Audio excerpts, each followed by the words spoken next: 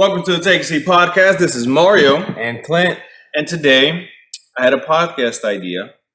The subject was how music has impacted our lives and which albums or songs fall in that category. Now, you and I are unique in the sense that we actually have a passion for music and we actually listen to the beats. I listen to the lyrics. I look for cohesiveness. Like I break everything down to ensure that what I like is something that I dictate as quality, right? Granted, that's just being nitpicky about it. So to each their own. But I don't think most people really care about music to that extent. They just like a song, put it on their phone, and keep it rolling. Yeah. Most of my songs in my phone all have like a transition in between. And it actually dates all the way back to 2016. This is on Spotify. And you can see like there was a love era, there was a depression era, there was a metal, a rock, there was European. I mean, there's all kinds of stuff and it's all like somehow flows properly. So if you were to click random, you'd get all kinds of genres. But before we get to that, I think it would be interesting to dissect that passion or that significant interest in music. Yeah. So with that being said, when did you realize that you were a very big fan of music, and what were your first songs that you started listening to? Okay. So my mother, she actually was touring Europe prior to having me. She played in the symphony. She played flute, and which was what the instrument that she did while she was playing with the symphony. But she also knew how to play piano and saxophone, alto sax, and music's always been a major part of my life, partially because of her, and then partially because of my aunt. My aunt was the cool aunt. Like, my aunt ended up introducing me to bands like Kiss, which Kiss was like that was my band. When I got introduced to Kiss, in elementary, like I was putting on lipstick, trying to grow out my hair, looking like Gene Simmons. I would do the face makeup at school. On the playground one day, I had full makeup because my YMCA counselor, because I had to be in daycare, right? Like my mom was a single mother. And I was on the playground. The counselor ended up using her lipstick to make me look like Gene Simmons' makeup. And dude, I freaked these little kids out on the playground, dude. Of course. I looked like a weirdo, and I felt like a weirdo too. Like I never felt so much insecurity of being judged as a little kid prior to that. And I thought I was so freaking cool because I'm like, oh my God, I'm dressed up like my idol. And like, I guess they didn't see it that way because I'm sure they weren't listening to Kiss, you know? But yeah, like Rock and Roll All Night was like my jam. I would be calling Rock 101 was the station at the time. And I would stay up and call them, being like, can you play Rock and Roll All Night by Kiss? They would actually do it? Dude, it would take them forever. After like all of the time slots of like popular music was done, then eventually I would be up till like 1, 2 o'clock in the morning just waiting by the radio. And I would call.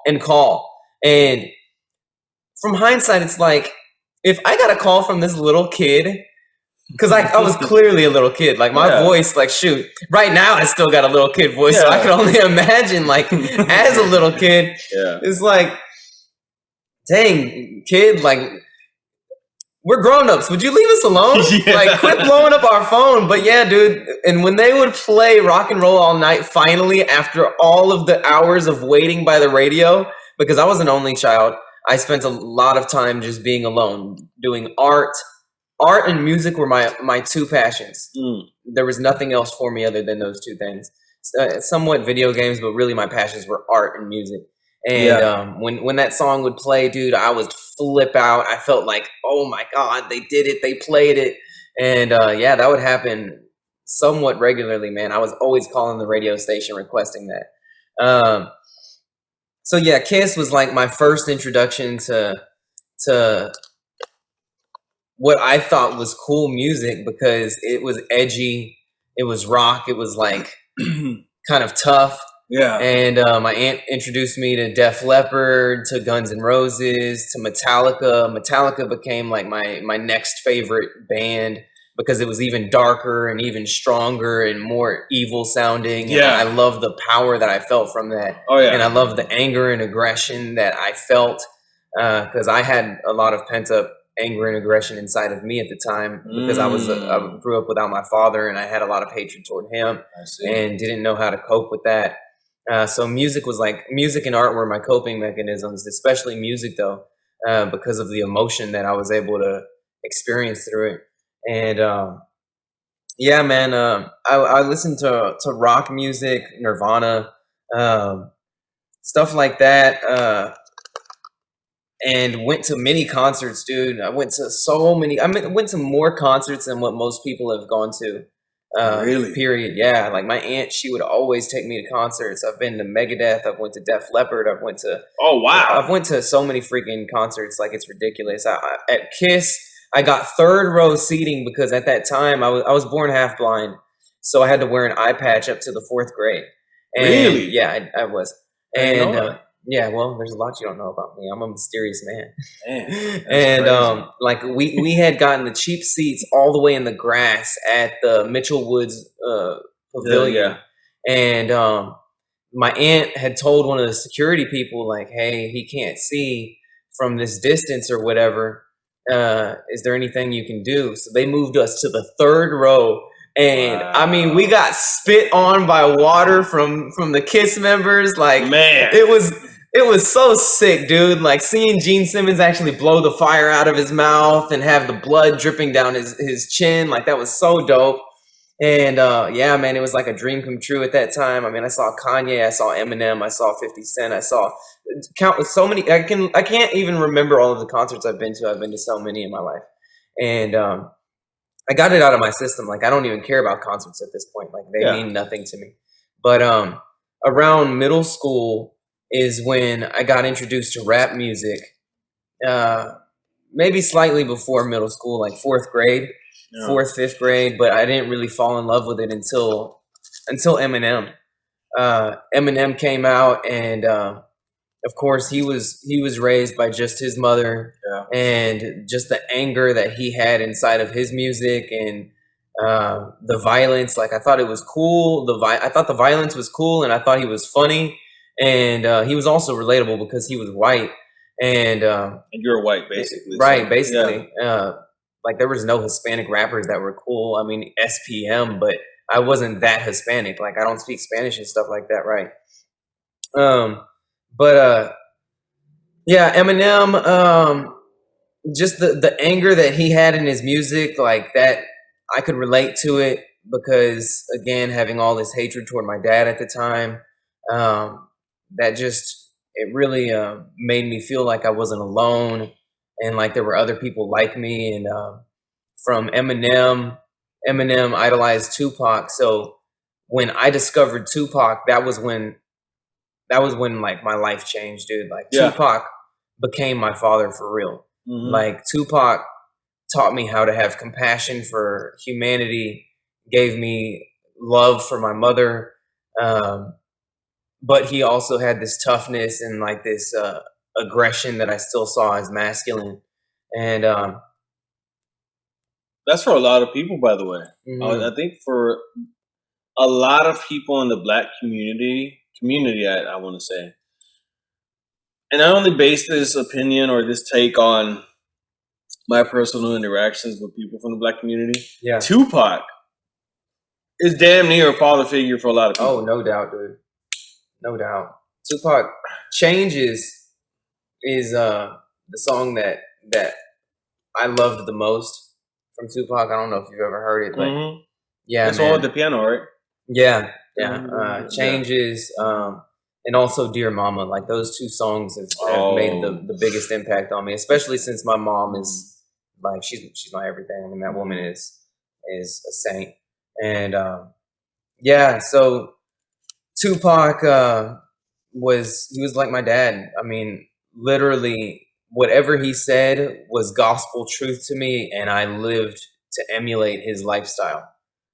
As well as Eminem. I mean, 50 Cent was popping at that time, so that whole gangsta thug type of lifestyle appealed to me to the point where I felt like whatever I wasn't enough, and I had to emulate that in order to be a man, because I didn't know what a man was. So music helped shape me into who I was at the time. And then after that, man, of course, Eminem and Tupac, especially Tupac, inspired me to start rapping. And in middle school, I wrote my first rap that I performed in front of class, and it was about George Washington.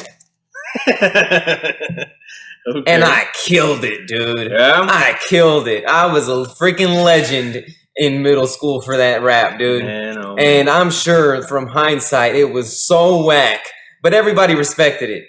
Everybody respected it. Like, just the fact that I had the boldness to rap in front of the class was dope. But yeah, man, like the older middle schoolers, like 8th grade, was like, oh, so we hear you rap, this and that. And I wasn't, it was crazy, man. Like, that was like the birth of an identity for me. Yeah. Because prior to that, man, like, I was a moody, angry, dark child. Mm-hmm. I really wasn't, I wasn't this, I was just so confused and just living in darkness, dude. I didn't know who I was, what I was supposed to be. And rap gave me an identity. Like, now I could identify as a rapper, and I felt like I had significance in this world, and I felt like I could make an impact in this world because of what Tupac did to me through his music. Like, my goal was to use music to change the lives of some other little kid that was going to listen to me, you know? Yeah. And sorry, smoking a cigar. Yeah, so after that, man, I mean, I basically listened to all of the mainstream rappers. Like, Wayne had his time, Lil Wayne. He had his time where, like, he was number one, and I idolized him to the point of trying to replicate his persona in whatever capacity that I could. He's a legend. Yeah, he is. He's top 10. He's no doubt. And like, punchlines was everything. Like, yeah. Prior to him, like, I was rapping more similar to Tupac about life, you know, struggles, my internal struggles. And when Wayne came out, like, I started just doing like punchline bars. Everything was about the best metaphor, the best punchline that I could come up with, and how many of them I could fit in one verse. And yeah, after Wayne, man, like, or even during Wayne, like, I would say my next father figure became Zero. Zero. Really? Yeah, Zero was my dad. Like, he had a lot of, he had the right amount. Well, one, he was raised by nothing but women, just like me. Was he really? Yeah. Oh, he was raised by his grandmother and his aunt, because his mother died at the age of 6. And his father, I don't know what happened to his father, but he wasn't in his life.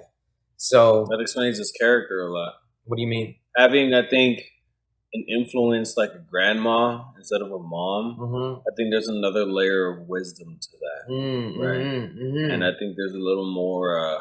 Obviously, you can't replicate the love of a mother. Yeah. But I think like a grandma, and I mean, he came out pretty damn good. Yeah. Granted, he grew up in the hood, but yeah, from what I understand, he's a stand-up guy, man. Well, I don't know about all that. I think that's a overestimation of his character, but at least at the time of whenever I was listening to him, like, he had a heart, but he was he was still toxic for me to listen to because all of his music was extreme depression. And I admired him so greatly that it took me into the same depression that he was living in through his music. And That's interesting. I mean, well, what's funny is like it was because of he spoke so much about suicide, right? He spoke so much about killing his enemies and stuff like that that became my Agenda, per se? yeah. I mean, it's because of me contemplating suicide that I ended up becoming a Christian, because that night that I was going to kill myself, I ended up reading the Bible instead.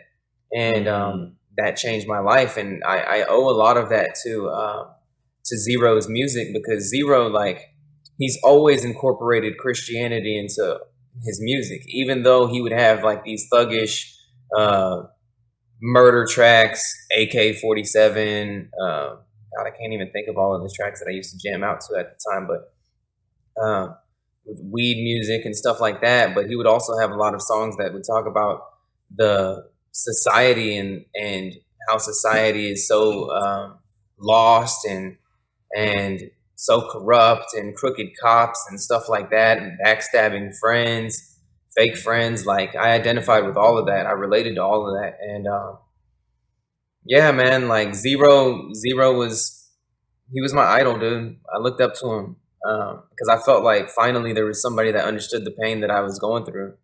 And I felt like everybody else was fake. Everybody else was just talking about money, cars, clothes, and hoes. And it's like, here this dude is actually talking about real life and the pain that life comes with. And so yeah, man, Zero was like the last person that had that profound of an impact on me. And I would say that it was because of his faith in God, that it made me have any faith in God. Because there was a period of time where I said that I was an atheist, but that was because I was hurting and I couldn't conceive how this loving God could have me go through so much pain, or have this world go through so much suffering. And it's like, oh, well, where is this loving God that's omnipotent and all powerful and is able to control everything, but yet all of this hell is going on? And I couldn't understand that at the time. But yeah, I mean, Zero helped me out a lot through trouble, but in all honesty, I think he also helped me go deeper into the pain of my life and really sit in it instead of helping me get out of it. It's like I was having a pity party, and it's like, if you've got friends that are just having pity parties with you all the time, y'all aren't talking about growth and how to get out of it. You just feel better for the moment that somebody else is suffering with you, but you don't actually learn to get out of the situation. That's right. And yeah, so Ro changed my rap style to where I started to kind of go back to how I used to rap whenever I was listening to Tupac, where I was talking about life again and what really mattered to me. And I would kind of like flip flop back and forth between rapping like in punchlines like Lil Wayne, and then rapping like Zero, where it was like, forget the punchlines. This is just purely about message and emotion. And yeah, man, like after that, Kanye played a big part in my life. Like Kanye also, actually, I think Kanye changed the game in general. Like, multiple times. Yeah. Multiple times. He made it cool to not be a thug. He made it cool to not be a gangster. And it's like Kanye wearing these pink polos with the collar flipped up, like he was so different that somehow he hacked the game to where he made it cool. Yeah. And everybody started copying his style as far as like fashion and stuff like that. And you could be just a regular dude and feel comfortable listening to rap music, because and the sound. Yeah, and not feel comfortable listening to rap music and also not feel like an imposter. Because while I was listening to this music, like I wasn't raised in the worst of conditions. I wasn't raised in the best, but I wasn't raised in the worst of conditions to where I was like in Third Ward or in Acres Homes. Yeah. And I wasn't a crack baby, and I wasn't around, like my uncles weren't slanging cocaine or crack or heroin. Like I wasn't raised in that type of environment. I just wasn't raised in middle class environment either. It was just Kanye made it to where you could just be a regular kid and with a regular lifestyle and listen to music that was hip hop music and feel like, oh, okay, like I can still fit in into this culture. Yeah, I agree with that. But yeah, man, like those were my influences, and they've all shaped my perception of the world, and they've shaped my identity multiple times. So music is freaking powerful, dude. Music is extremely powerful, and that's why it's scary to me, because today's generation is listening to Cardi B. They're listening to City Girls. It's like they're listening to thoughts, and it's like it's no wonder why girls are becoming thoughts out here. I'm just being honest. Like it is what it is. It's like they don't have any good role models. They don't have any Tupacs, and I'm not saying Tupac was a good role model, but he's a darn better role model than a lot of rappers nowadays. Like you don't find any rappers except maybe J. Cole and Kendrick that are actually speaking any sort of life into people that give them some sort of hope for humanity. Everything else is about drugs and guns and sex and just lust, prideful violence, just stupidity, stuff that's only going to destroy you as a human being. Nothing that's going to benefit you. Yeah. And I don't see any female role models in general, except for possibly Beyonce. She's the one artist that kind of empowers women and makes them feel like they can go out and get it. And I'm not saying going out and getting it is actually the best way of living life, but she has a more motivational message than a lot of female artists nowadays. I mean, the rap game is toxic. Hip hop in general is toxic for the most part. Like I said, in general, it's toxic. Now there's those underground rappers or artists that don't get as much notoriety or claim to fame, but they're not going to be popular, because they're just not sinful enough. Yeah, if they were more toxic, they'd be in the spotlight more. So, I don't know. So what about you? Well, real quick on your take of Cardi B and Meg and all that shit. Uh-huh. Frankly, I see it as the other side of the spectrum of music, of rap music specifically. Yeah. You have your male rappers that talk about money, being pimps, slapping hoes and getting pussy and then just getting money. That's the only thing. Yeah. Same thing. You're also going to have your artists that rap about shit that has to do with life or something a little more motivational. That's where your Beyonce could come in. Or I'm uncultured on female artists, so I don't know, but I'm sure they're out there. Mm-hmm. So I don't necessarily. Well, for one, I like both of their music. I like all their music, frankly. I have an open ear. Yeah, I mean, I can appreciate the sound of it. It's the content that I don't like. Yeah, of course. So me, it just goes both ways, basically. Mm-hmm. But my journey through music, really, To Pimp a Butterfly aside, I've mentioned that album numerous times. I'll leave it out. Mm-hmm. I'll actually think critically about my choices, music choices. Mm-hmm. So my journey started with Christian music. That's what I grew up with. Because originally, like the first 13 years of my life, I was Orthodox Christian. I think I've said that before. So Hillsong, you had Switchfoot, you had Third Day, you had your Newsboys, artists like I did not know this about you, dude. Really? No. You recognize those artists? I know all of those names. Yeah, dude. Yeah. I did not know that you grew up on that. Yeah, Third Day went hard. Yeah, they did. Third Day Grace? No, it's Third Day. It was like Just a Third rock Day. band. Yeah, no, I know who you're Yeah. talking about. Okay, just making sure because They I went listened to off. both. Yeah. They had these albums that look okay. I'll admit. I mean, I'm not even ashamed of it, but even now, I'll go back to some Third Day albums and I'll listen to them. I mean, obviously, I may not listen to the message the way it's supposed to be, Right. but man, the quality of the music is outstanding. Specifically, this album, This is crazy, dude. like you hear, you just hear the passion. Like I love hearing the artist's passion in whatever genre it is. You can hear it in their voice and whatever it is they sing, you know, whatever genre, maybe not rap. But the album is called Offerings 2, All I Have to Give. And here just to show you that one. 2004. Yeah. Wow. 2004. Yeah, Oh my God. That's what I mean by like, yeah, dude, I grew up with this type of music and they have this one. It's called an album called Wherever You Are. It came out in 2005.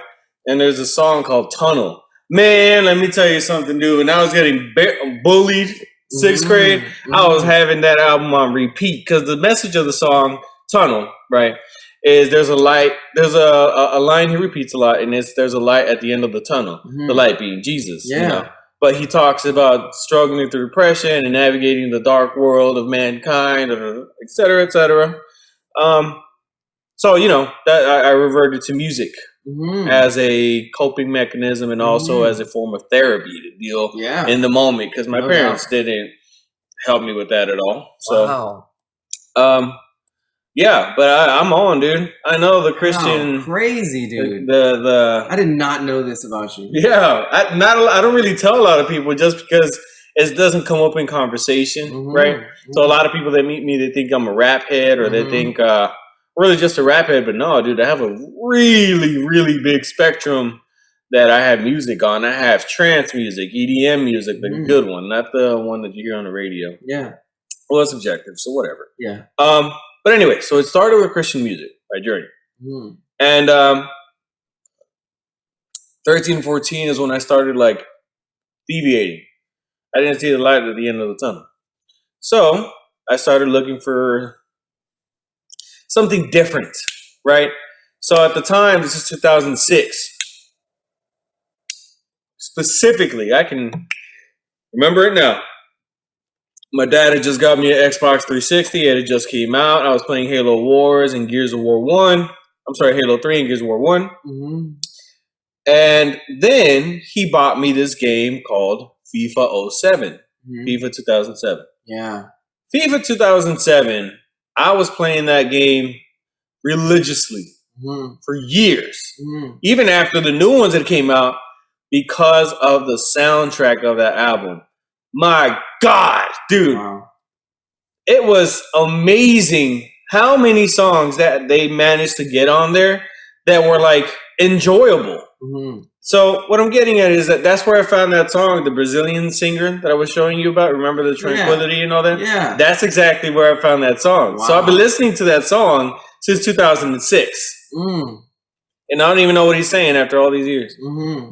But so that's where I started listening to a different genre. And I mean, dude, they had like German music, Brazilian music, Portuguese, Spanish, like all types of genres. So I want to say that's where it really started to like show me that there's a multitude of things that you can like. You know what I mean? Because none of them had any cohesiveness. It was completely different tracks. Yeah. So that's where my deviation started. And I started listening to more music and different types of music. And every FIFA 08, 09, 2010, 11, 12, every single soundtrack, I listened to it.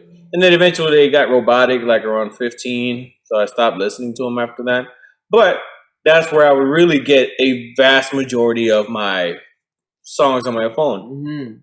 And it's kind of weird because my girl now, right? She listens to Baby Bash and she listens to like the early 2000s R&B a lot. And sometimes she'll be jamming, doing her hair or whatever. She'll be like, baby, you remember this song? And it'll be something. I'm like, no. Unless it was like 50 Cent or something like that, you know, or Ja Rule. I had no idea who any of these artists are. And she'll be playing Gallant. She'll be playing like OGs. You know what I mean? Yeah.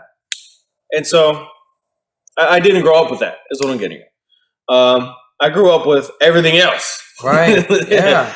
And so I started listening. So this is just me discovering my passion for music, passion for sound. Passion for sound, and something that intrigues my mind and lets my mind like wonder the process, how everything is recorded, what they're thinking, et cetera, et cetera. But it wasn't until 2014. Like I was going about life like most people, listening. I heard a song, I liked it, just put it in my phone. Cool, that's it. Yeah. But of 2014, I gave myself the chance to listen to a legendary album. Gotta be top 5 albums of all time to me. Top 5 rap albums of all time to me. Okay. Watch the Throne by Jay-Z and Kanye West. Did you ever hear that album? Yeah, trash. Absolute trash. All right, we're ending the podcast. It's a wrap.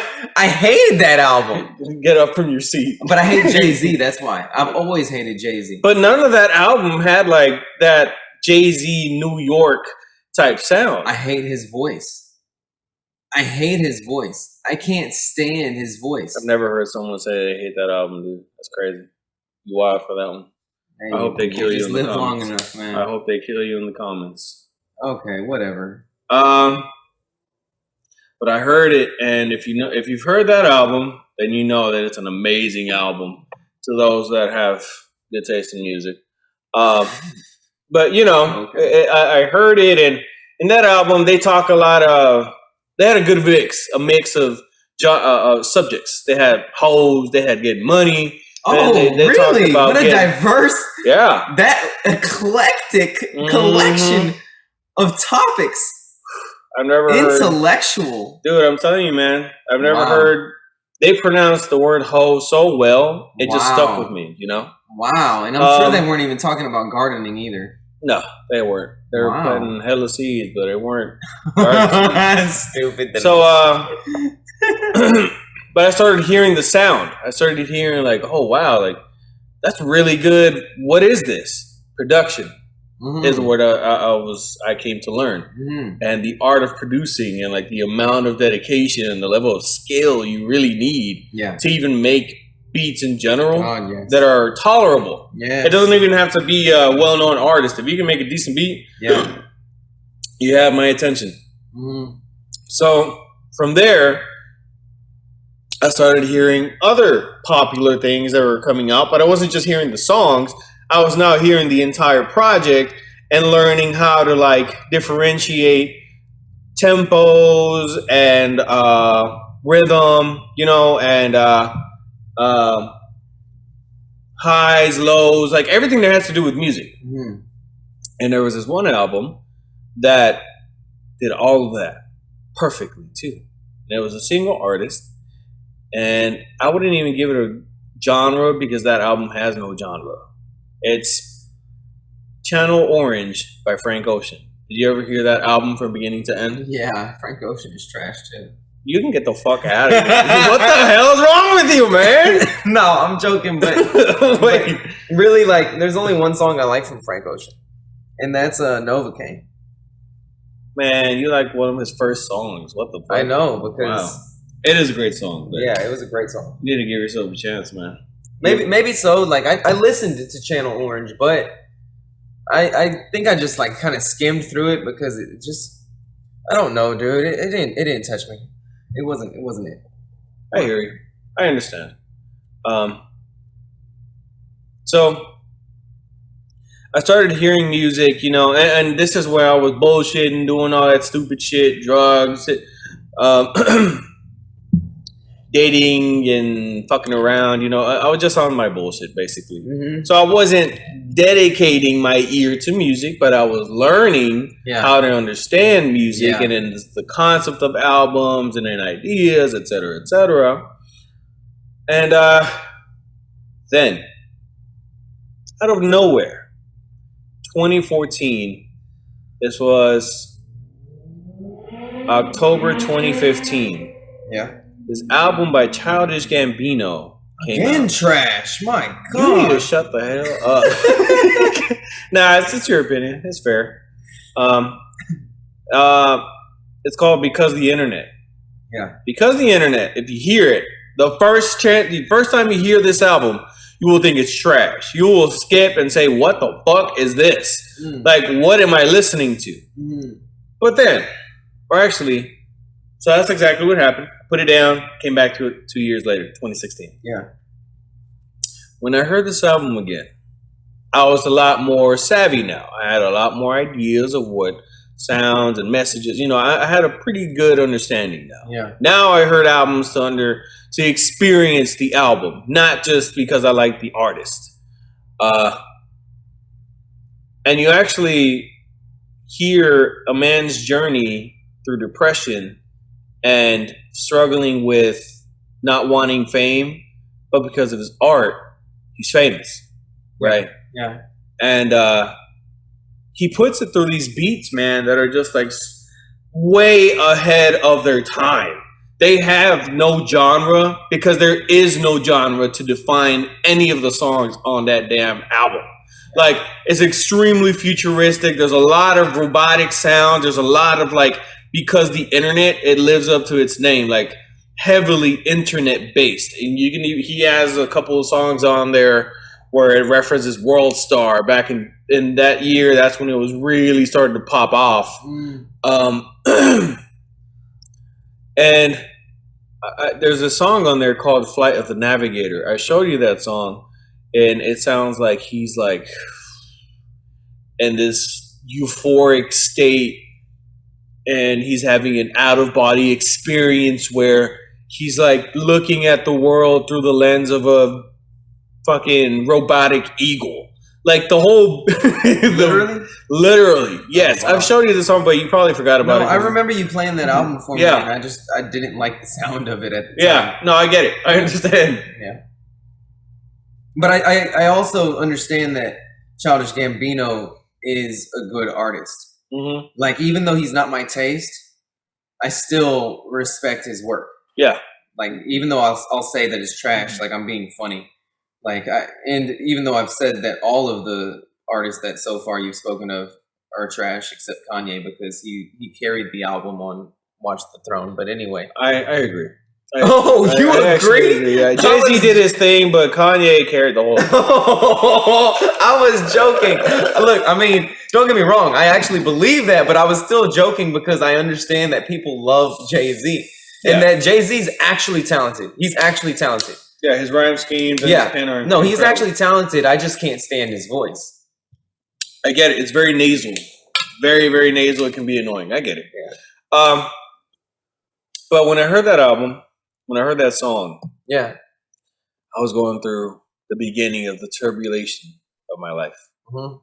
As an adult, 19, 20, and understanding what's going on, but not being able to do anything about it. Or at least thinking I can.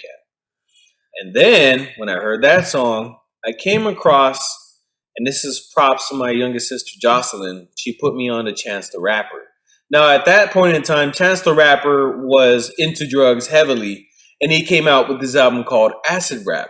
Mm-hmm. Acid Rap, from beginning to end, is a legendary album. Yeah. Probably his best album he's put out, and it's probably going to be his best album for the rest of his career, unfortunately. Yeah. But that whole album touched R&B, soul, rap, and R&B. You know, like it also, he had the song on there called Paranoia. Mm. And I used to listen to Paranoia a lot because like the beat itself is like super sad, and if you're already in the sad state, it already enhances it even more, but that's what I wanted. So I heard that in Flight of the Navigator. Excuse me. Man, I had one sip of this root beer, and wow. Yeah, you're gross. Yeah, it's all right. So anyway, so I would cry to that album, and then Cocoa Butter Kisses, where he's talking about missing his grandma who died. like I started analyzing what the concepts were to these albums. That was when you started, when you turned Yeah, 1920. 2014, Oh 2015. wow, okay. Yeah. That before that you just listened to it at face Listen, value. yeah, and I liked it. Wow. Cool, I'll add it on my phone. If not, cool, that's it. Uh-huh. And then 2016, nothing significant came out really, at least not to me. Like Young Thug came out at that point with Barter 6. No, that was 2012. Oh, Way to know your favorite artist. Whatever. He's not my favorite artist, but that was a fire album. I don't know, but 2016 wasn't memorable to me. Yeah. And then I'm lying. I am lying. I was just transitioning to Mac Miller. Mac Miller, dude, when I tell you there hasn't been a single artist that I've really loved their entire journey, rest in power to that king. But he came out with this album, and it's called oh, damn it. How can I forget the name of this? No, 2016 was fire. The Life of Pablo came out. Coloring Book by Chance the Rapper came out. Man, Views came out. I completely forget about all that. Wow, all three of those albums are amazing. I hated The Life of Pablo at first because I was like, damn, this is some bullshit. But Evil from Future, that wasn't that great of an album though. No. Birds in the Trap from what's his name, Travis Scott came out. Oh my god, yeah, I forgot about all that. Jeez Louise. Jeffrey from Young Thug came out, but that that was kind of whack though. Yeah, it was. But Views, oh my god, I should have talked about Drake. Oh goodness. I heard Take Care the very first time in 2012. Yes, dude. But at face value. I didn't understand what I was listening to. I was listening bar for bar. Oh man, it probably number 2 album of his entire discography. Lies, but okay. 1 or 2. No, I don't know about that, but okay. Well, what's the first 2 for you? First one for me is Views. That's my favorite album from him, period. I'm not mad at that. Okay, second album from him is, God, that's so freaking difficult for me, but I'm gonna say, shoot, what's the name of the freaking album? Is it the one after Take Care? It is after Take Care. Not if you're reading this, it's too late, right? No. I actually didn't care for that album too much. Nothing Was the Same was great. More Life was great. I thought that was an amazing album. I really liked More Life. I'll say More Life. Yeah, I'll say More Life. As number 1? As number 2. What was number 1? Number 1 was Views. 1, Views, 2, More Life. Oh man, Yeah, like don't give me look. Okay, the reason is because when Take Care came out, dude, I was in a relationship that I tie all of that album to. That it makes me feel negative emotions when I listen to it. Like to this day, I play it and I'm transported back to high school, being hurt. I get it. I'm feeling jealous and anger. Like I just feel negative emotions. Yeah, I get it, man. Some songs and some albums I just can't hear because it's too painful. I get it. I do. Which is weird, by the way. But that's how powerful music is, man. Getting back to what you said, music is a powerful tool that if used improperly, can lead to some very, very bad things. Yeah. But enough about that. So, Mac Miller came out with this album called The Divine Feminine. Dog. I know you told me about that. The Divine Feminine, to me, is probably his best album he has ever came out with. And not just because it's appreciating his relationships in the past and loving Ariana Grande at the time. But the entire concept of the album is super sexual, but in a very romantic way. Yeah. And I know I've broken it down to you before, but I'm breaking it down again for the audience. Yeah. If you listen to The Divine Feminine, you will not hear traditional rap. Do not go into that album thinking Mac Miller rap or sad Mac Miller that a lot of people knew from Self-Care, which is also an amazing album. Again, rest in peace. And but Divine Feminine, man, he integrated sex, jazz, blues, and R&B Combined it all. Tell me why you said sex as though that's a genre of music. You said sex, blues, jazz, R&B. I'm just talking about really concepts. Mm-hmm. The concept of jazz, the concept of blues, the concept of sex. Uh-huh. Like, I don't mean the traditional, I'm fucking bitches left and right. Mm-hmm. I'm getting my dick sucked every night. Oh, shit, that rhymed. Bars. Look at that. Stupid. No, this was more like, I'm making love to the woman I love. Yeah. You know, like it's talking about being enamored with the existence. Well, when you of got your partner. Ariana Grande, I don't blame him. Eh. I still think Ariana Grande is fine. I wouldn't date her though because of who she is, but she is gorgeous to me. I like women with a little meat on them. Yeah, no, I'm not. That's just a preference. I'll say that. I like really petite women. But yeah. Anyway, so I heard this album. This is when I was in my whole phase, really, really bad whole phase. Mm-hmm. But I used to hear this album with women and like make. In my head, like it enhanced the sexual experience for me. You listened to it while you did that? Yes. Really? I love that damn album, and I used to fuck to music a lot. Like Really? that's also when like Come and See Me, came out with Party Next Door. Like that was everything. great. Yeah, it really was. Party. Yeah, that was awesome. And but that's when like all that style of music was out. I've only done it to one song, and that was a T-Pain song, "Blow Your Mind." My favorite T-Pain song is called "Blow Your Mind." Dude, I'm going to play it for you after this podcast. Amazing sex song. Really? Yes, amazing sex song. An amazing song. Like, it could drop on the radio today, and I still think that it would chart. Yeah. It was amazing. Oh, anyway, wow. Yeah. I thought you were going to say, like, Lollipop by Lil Wayne. No. Yeah. No way. But anyway, so I heard that album, man, and I had already liked Mac Miller from like back in 2011 when he dropped, I think it was Nikes on My Feet. Like, I'm a long time fan of Mac Miller to begin with. So I got to experience his journey through life. I'm sorry, through the lens that he allowed me to look through. I'll say that because obviously I never knew Mac Miller. But to whoever's listening, go listen to that damn album. I promise you will like it, and if you don't know, we can throw hands. Just let me know when. Yeah. But it's a way to connect with your fans. Yeah, they'll be all right. Most of them have insurance anyway. That ain't the truth, I think. But that was an album that stood out for me the most that year. That one, Views. Now that I think about it, I didn't like Coloring Book when it first came out. I actually didn't like it because I thought it was way too religious. And I just skipped through most of it. Yeah, well, I don't like Chance the Rapper, period. Like, it's not him. I like him as a person, I guess.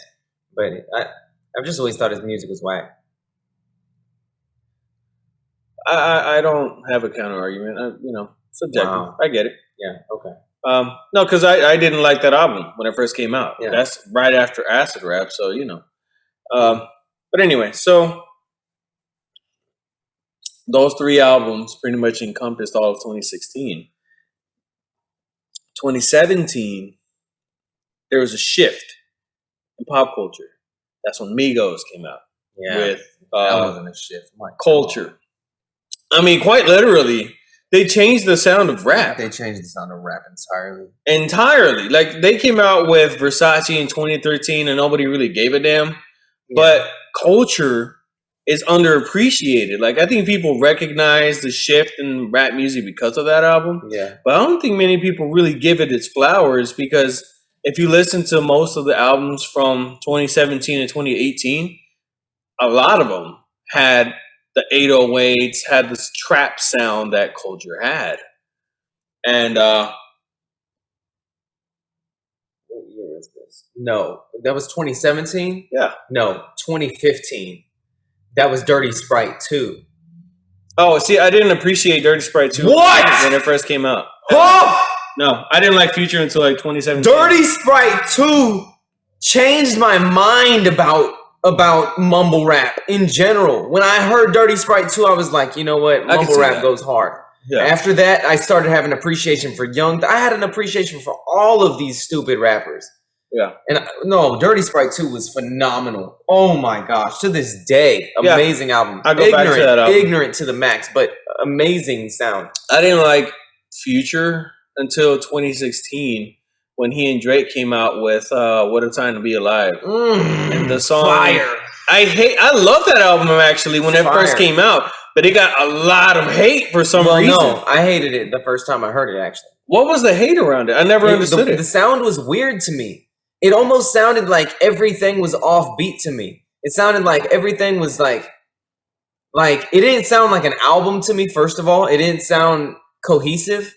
It sounded like I agree. Different tracks thrown together, which is probably, it was that. It was that. You know, it's kind of like a mixtape in a way. Yeah. But, dude, after I listened to that a few times, I ended up loving every track off of that album. Like, at first, I liked like one or two tracks, but then every track was a banger to me. It was... Yeah, the best track on that album to me was Diamonds Dancing. Yes, no, that was the best track because that's the one that I liked the most when I heard it. They killed it. Yeah, they killed it. They destroyed that album, and I still hear it to this day. Yeah, 6 years later. Fire. But anyway, so 2017 there was a shift in culture, and again I was navigating the music world and trying to understand it, and I was just kind of listening to everything at that point. I was just consuming everything, and matter of fact, I have my Spotify thing on here. Let me see what I was listening to. You're going to your history? You got history all the way back that far, dude? I have to 2016, dude. Dang, I was not kidding. You know who I didn't tell you about is Michael Jackson. If there was an artist that really impacted me, it was Michael Jackson.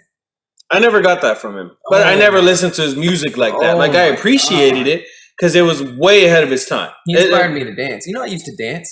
You used to dance? I used to be, I used to dance even in competitions. I won a competition dancing, dude. I won't dance to this day because I turned out, like, there was a period of time where I was, like, too cool to dance. It wasn't, like, you remember whenever all the dance movies were coming out? I don't remember what they were named, but main one, You Got Served? You Got Served, yeah, Honey, all of that. Like, I was in dance during that, and that was, like, middle school for me or something like that. You Got Served was another monster, that movie. Yeah. The storyline was horrible. Yeah, well, I was in middle school. It doesn't really matter. Yeah, no, you don't watch that movie for the story. You watch it for the performances, obviously. And then it's incredible how fast that culture died. I mean, after 2009, nobody fucked with that. Yeah. At all. That was the end of, like, Soulja Boy sound, Ja Rule. Like, that's where you had everybody was coming out with, like, one-hit singles. And, you know, Fat Joe was like, "Mines don't dance, they just pull up their pants and lean back." And it seemed like gangster rap was killing the dance culture to a certain extent where, like, dancing wasn't cool. Don't get me wrong, like Dougie, I was doing the Dougie.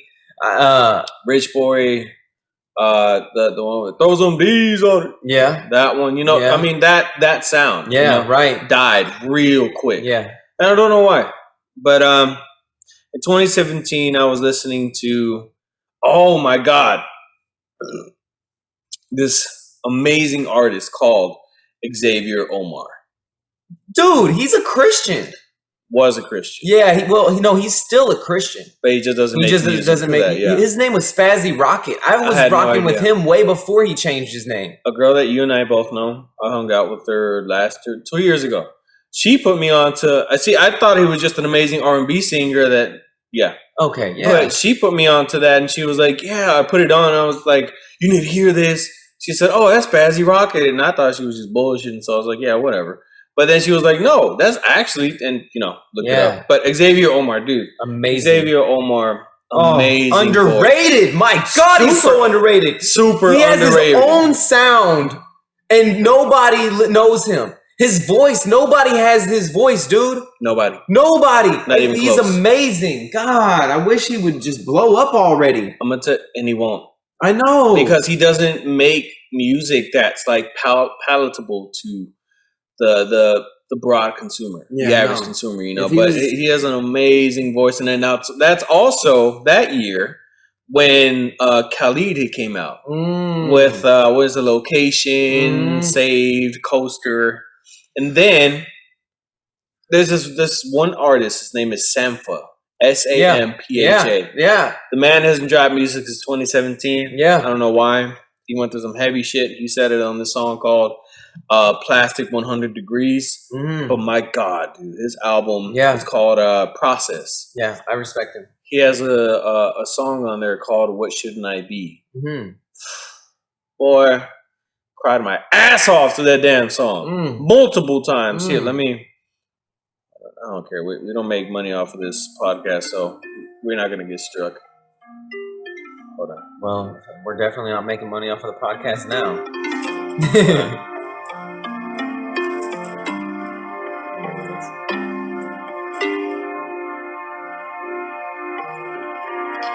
You can always come home. Oh, I'm cutting it off. I can't do it. I'm cutting it off. Oh my God. An amazing song to cry your ass off whenever you want to cry. Go listen to it. That's called What Shouldn't I Be by Sampler. But I started listening to another genre of music by this guy who was, nobody even knew about him because he was super underground. His name is K-Tronada. K-Tronada also has a very unique sound, but I don't really share that music with anybody because most people don't like that sound. It's like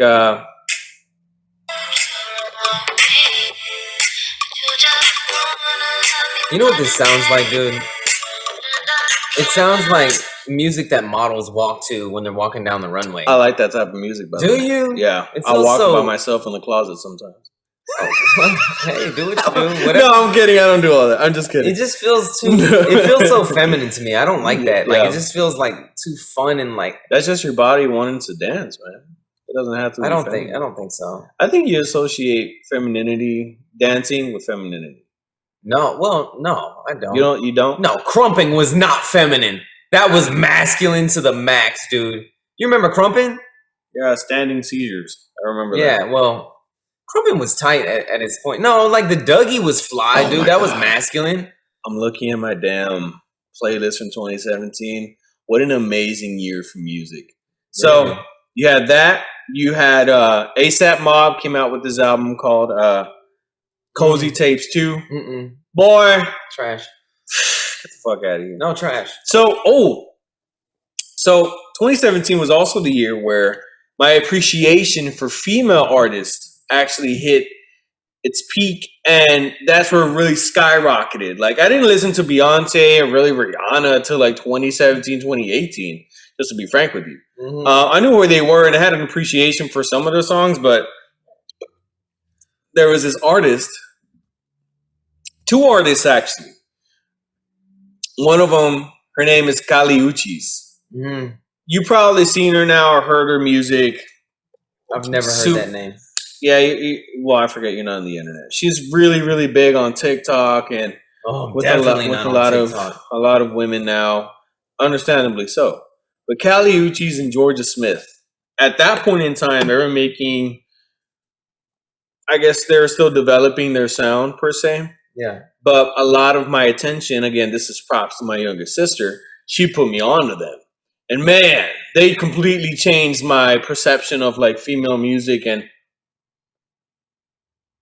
understanding that like they can make really fucking good music and you can actually enjoy it.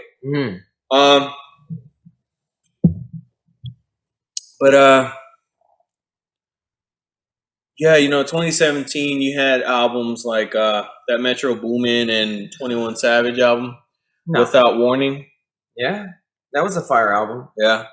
Yeah, Without Warning. No, you know what? That wasn't a fire album to me. It was okay. It was okay. Chris K is gonna kill you, man. Hendrix and Future, you remember how he dropped double albums? Yeah. Oh my God. Dude, Hendrix was like a whole relationship album for me because I was in a relationship at that time. Yeah. And then Big Crit, he dropped an album. Yeah, he sure did. Yeah, Forever is a Mighty Long Time. That was a fire album. And hey, shout out to Christopher Santos for putting me on Big Crit because I wouldn't have even been into him if it wasn't for him. Are you serious? Yeah. Wow. Santos put me on him because like Big Crit reminds me of Houston in a way. Like he has such a southern. But he's from Memphis. Yeah, but you know what? I always loved 3 6 Mafia, so they're from Memphis, and naturally, yeah, like that's my vibe, dude. So 2018 was kind of a mix mash kind of a whatever year, frankly, for music. A lot of different things came out. But what stood out the most out of any album that year, 2017, 2018, 2018. was Self Care by Mac Miller. Oh yeah. This is around the time when I got catfished and I had huge insecurities in myself. Scorpion dropped the same year, and you're gonna reference some Mac Miller? Scorpion was trash. Scorpion was fire. Scorpion by Drake, Yes. is Scorpion- known to be like his bottom. At the Side bottom, B could have just been the entire album. at First the of all. bottom of his discography. Not B, even. dude, whatever, dude. No, side B. I still will listen to side B from Scorpion to this day. It's a phenomenal album, dude. I hear one song. I heard 3 songs. Don't Matter to Me, the one with Michael Jackson. Fire. Summer Games, Oh, fire. and Nonstop. Okay. And That's then about it. No. I think. Oh shoot! What was the name of the freaking song? What was it? Not Faded. What was it called? Jaded. Jaded was. You didn't like Jaded, dude? I did, but I don't listen to it. It has no replay value to me. What? What? What are you talking about? Yeah. No. Hold on. Okay. Mob Ties. You didn't like Mob Ties? I liked it. I just, again, no replay value. Okay. God's Plan was it? Elevate. Yeah. Again, No replay nice, value. Nice songs, but I don't listen to any of those songs. I don't even listen to Gospel anymore. Nice for what? Finesse. Yeah. That's How You Feel. Blue Tint. That was fire. In My Feelings, of course. That was a hit. Dude, I don't know, man. Sometimes I question our friendship. Please do. But Self Care, man, that's the one that pushed me through an insecurity depression. Or depression because of insecurity. And man, it was therapy in and of itself. I respect that. And I think it was no, it wasn't called Self Care. Oh yeah, it was called Self Care. But he called damn it. There is so much smoke in this place. I'm sorry. It's called Swimming. The album is called Swimming. The reason it's called Swimming is because I think he had just broken up with Ariana Grande, or she broke up with him because of his drug addiction, alcoholism. He had in a car crash, almost died. Well, before he actually died. And it's called Swimming because he was trying not to drown in emotion and depression. Yeah. And it's a beautiful album. It's therapy from beginning to end. It will make you cry. And it saddened me because he never got to tour that album. And he died a week after it dropped after an accidental overdose, man. It's super sad. Yeah. To go out like that. And I just I used to listen to his music, or I still do sometimes when I want to contemplate and just think about shit, you know? Because I get in that bag. It's something that I don't think my girlfriend really understands, because she's not that passionate about music like I am. Yeah. Which is fine. It's understandable. Yeah. But you get it. Yeah.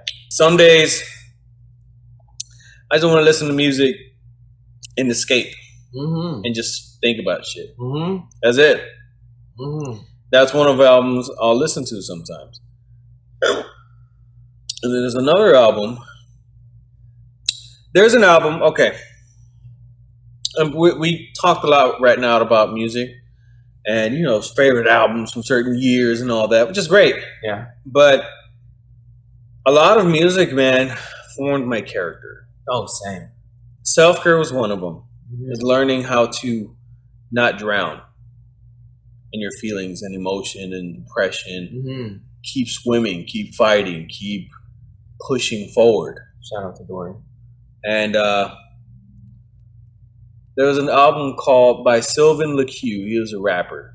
Again, super underrated, extremely underrated, underground, under the dirt, but an amazing artist.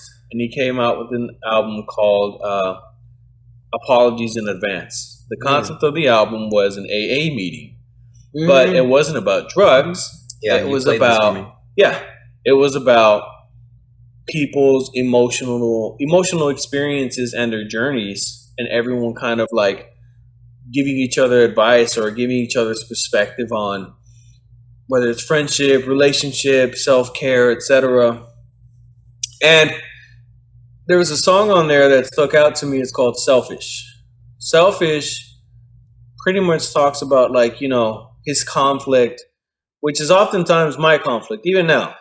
I try to think, I like to say that I'm very emotionally aware and emotionally mature, and I think I am. I think pretty much everyone would say that about me at this point. But I struggle sometimes with giving empathy. Mm-hmm. Because in order to understand certain people or certain situations, I have to give up my, not ego, because I don't have an ego. I don't think I do that shit anymore. I don't push away people like, oh, I don't agree with you, so stop talking to me. Mm-hmm. I don't do that. Mm-hmm. But the song Selfish is like, you can acknowledge people's problems and try to help them, and they can drain certain parts of your life, whether it's emotional or just consuming your time. But at some point, I got to take care of me, man. Yeah. I can't be worrying about what you're doing or how you're living your life because it's becoming a detriment to me. Yeah. Selfish. Mm-hmm. You're allowed to be that type of selfish. Mm-hmm. And you should be. Mm-hmm. Because some people can, quite frankly, just be a toxicity to you and you don't even know it, because they can be your girlfriend, boyfriend, best friend, sibling, whoever. Yeah. It can warp your perception of what's really going on. Yeah. And so that album, man, that year, what a year for music. But those albums, man, they just kind of helped me with my emotional maturity. Or at least trying to, right? And then there's another artist called Saba. Yeah. Saba, he's from Chicago, still kind of underrated, underground, not really, but not popular. Mm-hmm. That same year, he came out with an album called Care For Me. Care For Me is another one of those where he talks about, taking care of myself, emotional struggles, life struggles, etc., etc. So those 3 albums were on repeat the entire second half of 2018. Mm-hmm. And I loved it because I loved the lessons that I learned from them. And I loved my evolution, my character, listening to that type of music and going to the park every single day at 5 o'clock to walk my dog, Chico. Shout out to Chico. Mm-hmm. And just listening to that music and thinking about shit. Yeah. And walking 2-3. We've been to that park before. Is the one next to the bayou that I used to live by? We've been to that park? Oh, I guess not. You would have remembered. It's all good. What, did we? No, I don't think so. Oh, okay. The point is that, man, I loved that era of my life. Mm-hmm. I loved it because it was peace, tranquility. You're figuring shit out. I still like now discovery. Yeah, same. Yourself. Yeah, same. I love it. Yeah. I will stop talking to people simply because I'm in that stage right now. And I don't feel like I need to explain myself. Right. And I don't want to, frankly. Yeah. I don't need understanding because I don't want understanding. Mm-hmm. Just let me do my thing. Yeah. Respectfully. Right. In 2019 and 2020, I had a further understanding of music, and let me see. Is there anything in 2019? Yeah, there's plenty of them. 2019, Denzel Curry. Whack. Man, you mother. Oh, an album by Kanye West and Kid Cudi called Kids See Ghosts. No, 2019 was not Kids See Ghosts. Yeah, it was. No, it wasn't. Mm-hmm. No, it wasn't. Yeah, it was. No, it wasn't. All right. That was like 2017, dude. Can you tell me? Oh, this is 2018. We're both wrong. Okay. Wow. So I knew because 2019 was Jesus is King from Kanye, and that was amazing. That was a beautiful album. album. My God. Yeah. Thank you, Jesus, for 2019. Kanye giving his life to Jesus. That was a blessing in my life. That was an encouragement to me, man. I agree. Oh, that was a great album. Encouragement to me. It was a beautiful album. It wasn't even about the album. It was about seeing a man that has lived. He's like the modern day Solomon. He's indulged in every pleasure under the sun. and comes to his breaking point where he's like, you know what? But none of this matters. None of this matters except eternal life and pleasing our Heavenly Father. That was it. It was like, and now he's like, I don't know, dude. Like, he's such a freaking inspiration to me, man. Like, oh, if there was ever a rapper that I've prayed for a lot, it was Kanye. I've actually prayed for Kanye. I've prayed for Drake, but Kanye and Zero had a lot of my prayers. Yeah. No, I agree, man. It's a great album. And Snow Allegra came out with this album called Yeah, no, okay. I think it was called Hollywood's Bleeding came out Off 2019. Those Fields Again. Bro, you need to start listening to more female music, dog. Like, you're missing out. I don't like it, dude. You are missing out. I don't want to feel that way, dude. You're like what? Oh, man, please excuse me for being antisocial came out that year. The Wizard came out from Future. That was fire. No, I don't like to... Man, see, like, when it comes to female artists, except for Sade is the one female artist that I can listen to on repeat. And the reason is because she sings from a neutral perspective. It's almost like most of her music, she doesn't speak as though it's woman to man. She speaks as though it's, I could put myself in her shoes and it could easily be toward a woman because it's so gender neutral of lyrics. Whereas like a lot of lyrics, it's like, oh, blah, blah, boy, or blah, blah, man, or like, it's always coming from a feminine perspective of I don't know, like, I really wish I could say this, but like this desire to please, or like kind of like early 90s R&B music. It's like this desire to please, this boys to men type of.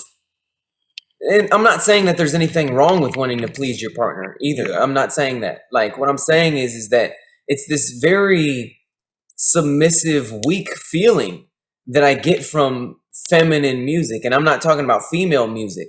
I'm just saying that most females create that type of music. Yeah. Whereas Cardi B doesn't. She creates masculine music. Yeah, her music is very masculine in nature. But I like... See, I love female music too, because I like hearing the other side. Yeah, I don't like to just consume my playlist with music that's basically masculine and just talks about male perspective of everything. Because I feel like at the root of it, you're unintentionally closing yourself off to understanding women on another level. No, I agree with that. You know, I do. So to hear some women's perspectives, female perspectives, in music. No, I agree. Like. That album. That's why Janae Aiko is fire to me. Janae Aiko is amazing. Aiko, I can listen to her. Yeah, amazing. But that's another thing too. Listening to female music, I actually started to develop an understanding for the female perspective. Yeah, and if it really a want for the female perspective, because I think there is such a thing as having a male echo chamber in certain situations. In some things, you just want to talk to guys because most of them are grounded, just depending on who you associate with. Yeah. But when it comes to emotional things, when it comes to relationships, I am very open to hearing women's opinions. No, same. And women's voices in general. The thing with me though, it's not that I'm not willing to hear their side. It's that whatever music I put myself, I don't know if you know this about me. I'm sure you do, but I listen to songs on repeat until I kill them. Yeah. Every song that I fall in love with, it's just on repeat. And I listen to that one song until I kill it for me and don't like it anymore, and then move on to the next song on the album. Yeah. And then do the same thing over and over again until I get through the entire album and have murdered the entire album because it's just not, like, I've replayed it so many times. So, like, when it comes to female music, it'll put me in this feminine state emotionally that I don't like the feeling of. I want to feel empowered. I want to feel driven. I want to feel motivated. I want to feel strong. I want to feel... Is that something you embrace? Dominant. No. And I don't feel that with a lot of female music. Like, don't get me wrong, Sade, it's almost like neither male nor female, where it puts me in a tranquil state. It just puts me in this chill, peaceful state of mind where I feel like I'm laying in some sort of pool, looking up at the stars and just embracing this state of euphoria when I listen to her. It's almost unreal listening to her. So it's not even so much about what she's talking about. It's more of just what are you laughing about? Because I have a different take from you, but it's very feminine. It's a very feminine take. But sorry, go ahead. Okay. Well, I want to hear that. I'll tell you. But yeah, that's why I can listen to Sade's, because it's just like chill music. Yeah. Kind of like chill hop. It's like I get that. You listen to that and it's like you just want to just be in a state of peace. Like, what's her name? The Miseducation, Lauryn Hill. Oh, Lauryn Hill is fire. Yeah. Fire. I have so much respect for that woman. Yeah. Gosh, I have so much respect for that woman. Jeez, the Miseducation. Oh, that was an amazing album. She is such an underrated artist. God. No, she got her flowers in her day, but now it's just kind of like one of those, if you remember it, you give it its flowers. Yeah, but she deserves to be on tops. She is on top. She should be on top. She should be. She should be. A lot of people who appreciate rap and R&B should be in your top 5. God, she is awesome. Lauryn Hill is a great woman. Jesus. Oh, man. Yeah. Yeah, and then, she's an inspiration. She is a pretty good example of analyzing the female psyche.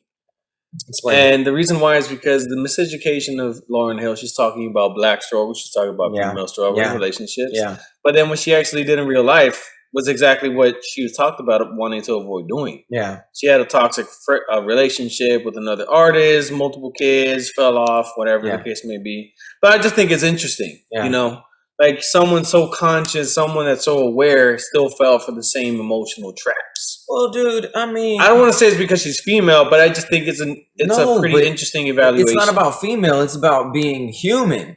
It's like as aware and as wise.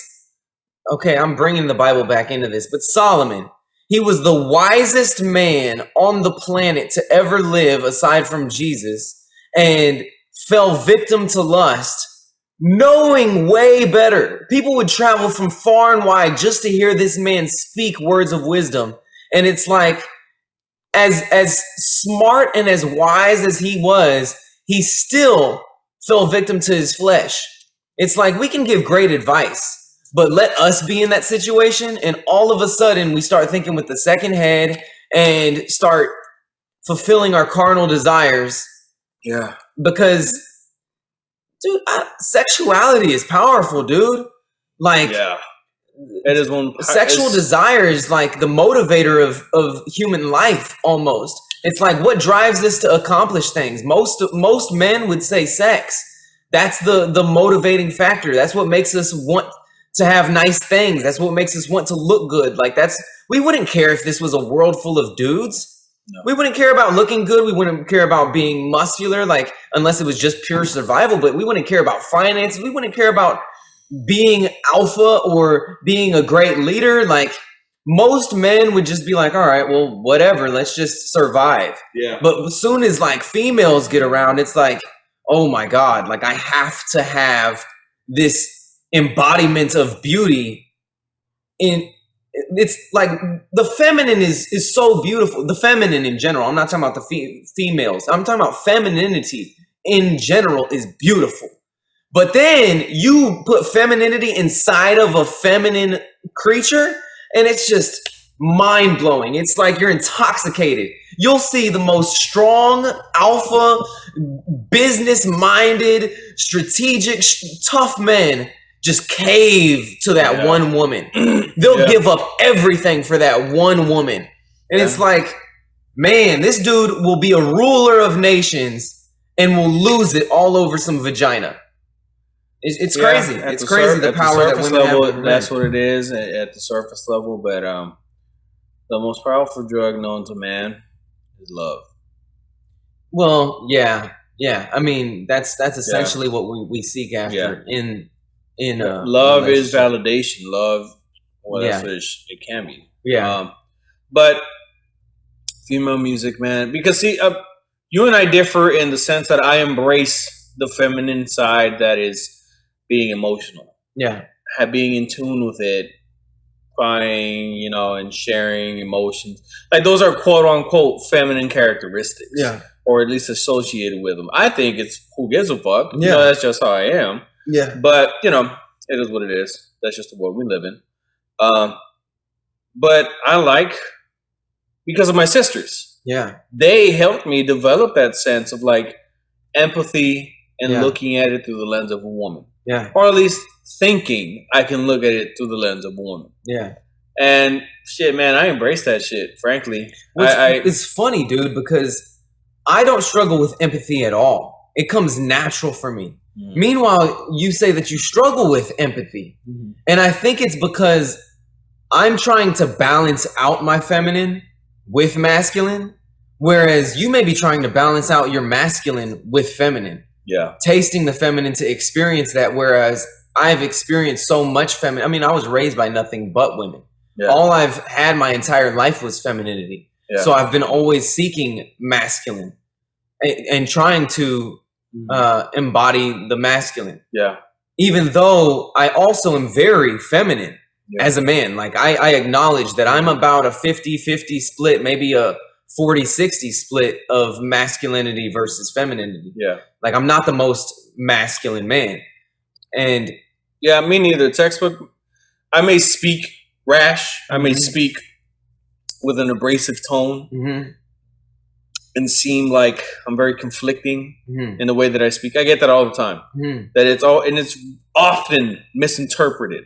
So you'll always hear me. You've heard me multiple times say it. I just mean it this way. Don't take it any other way. I just want to set it up right now. Yeah, you have to say it because then I have to. Because that's the only way I know to tell people like I'm not trying to hurt your feelings. I'm just being objective. Right. Yeah. But no, dude, I fucking sat by and cried to music that Rihanna or SZA that they made, especially that album Control. Man, let me tell you something. I understand the female perspective of there being some bum ass men, like straight up. Yeah. That's why I have no problem calling out men, not just because obviously it's being fair, but dog, I see the bullshit. This isn't even. I've seen some guys who just fuck around with women and just manipulate just to manipulate. Yeah, they get something out of that. Yeah. Meanwhile, the woman, whether she knows it or not, she's just kind of going with it and making yourself believe that something can change. You know what I mean? So, and having my sisters really opened my eyes to that perspective. Yeah. Because in 2017, I was transitioning out of the whole phase and quite literally just fuck bitches and get money. I mean, literally. Yeah. So I kind of had to learn to look at the world and relationships and my connection with female emotions. Yeah. Right. And I was forced to reevaluate it. Yeah. And really look at it through a different lens. Mm-hmm. So and I also just don't care about the general population's opinion of my emotional vulnerability at times when I'm willing to go there. Yeah. That's the masculine side. Like I'm opening to it. I'm open to it, but I'm not open to it with everyone. Yeah. You know what I mean? Right. Like, no, I understand there's a time and a place. I definitely balance out. Yeah. For sure. But I embrace it, man. I love female-oriented music because, one, you will find a lot of gems in there if you actually give yourself a chance. Yeah. You should probably share some with me. Yeah, I will. Yeah. But on top of that, it's just interesting to me to just see things through the female lens. Yeah. In general. Oh, I agree. You know? Yeah. Because a lot of guys will... I'm not trying to make this about dating. It's just the general idea of the female perspective. Yeah. And this is one of those things where, like, Stephanie, I think she would have been a really good contributor to this conversation. Yeah, I agree. Because, frankly, she has a lot to say. At least from what you've told me, yeah. Yeah, she has a lot to say. But a lot of guys will just navigate this world through the lens of a man and never educate themselves on, like, how a woman can see it. Like, you'll see a woman crying and think, okay, I did something bad. How do I fix it? But because that's how I used to be. I'm like, okay, I hurt your feelings. I'm sorry. What can I do? Not do it anymore? Got it.